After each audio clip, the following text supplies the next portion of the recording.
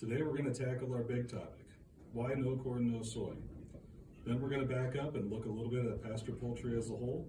And then finally, it's been a week, so we're going to give you our weekly update. Enjoy.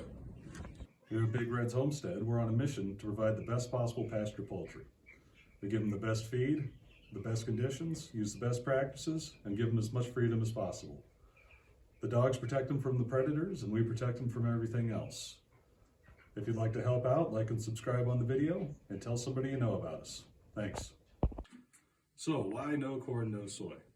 I get this question a lot from customers and other people, and here's the feedback that I've gotten from customers as well as doing some of our own research.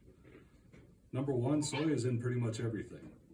Not only in about 60% of the processed foods that we eat, but also in your everyday household items, like your shampoos and other bathroom products.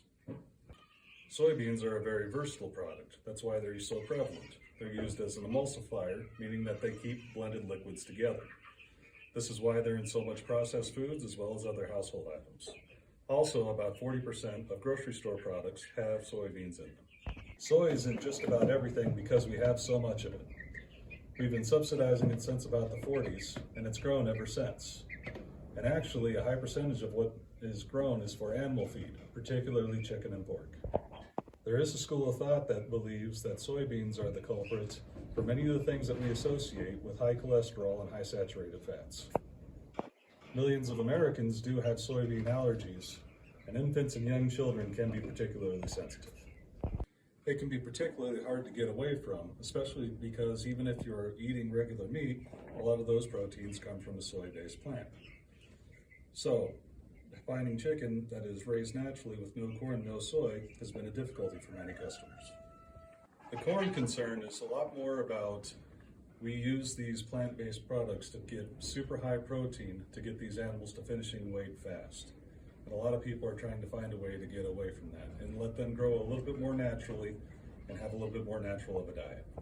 Some customers are concerned that higher levels of soy can lead to estrogen-related cancers, as well as lower overall testosterone.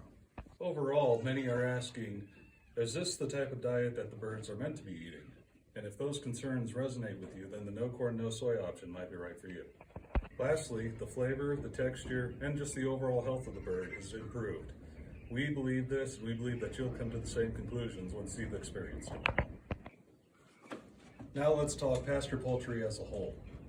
The benefits of pastured poultry is they get out there on pasture and they've got a lot of room to run around and eat grass and bugs and have sunshine and just live a much more natural life. That's why they taste so much better.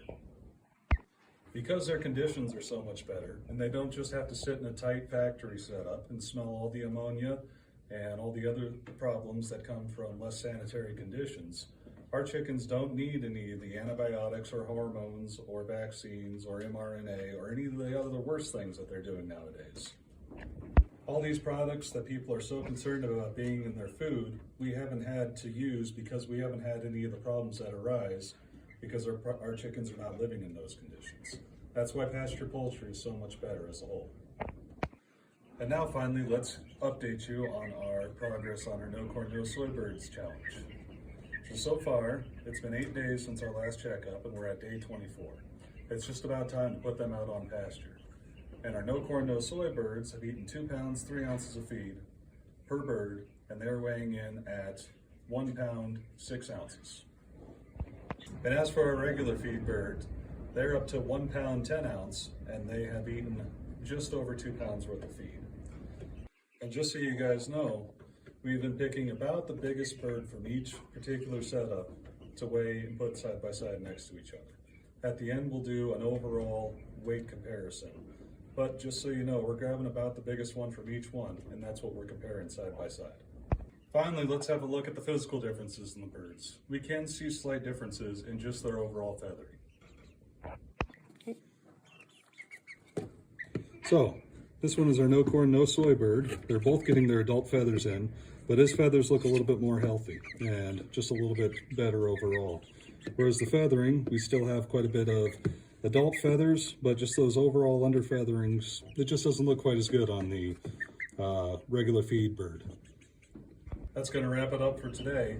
We hope that you enjoyed learning the no corn, no soy, why our customers enjoy it so much. and seeing some of the difference, and you pick something up today. These birds are going to go out in the chicken tractors this week, and they're going to be out on pasture. And we're doing the chicken tractors this time just to keep them in a controlled environment and separate from each other, as opposed to our poultry netting that you may have seen that we'd like to use otherwise. So we hope that you'll catch up with us next week and you enjoyed the video. Thanks.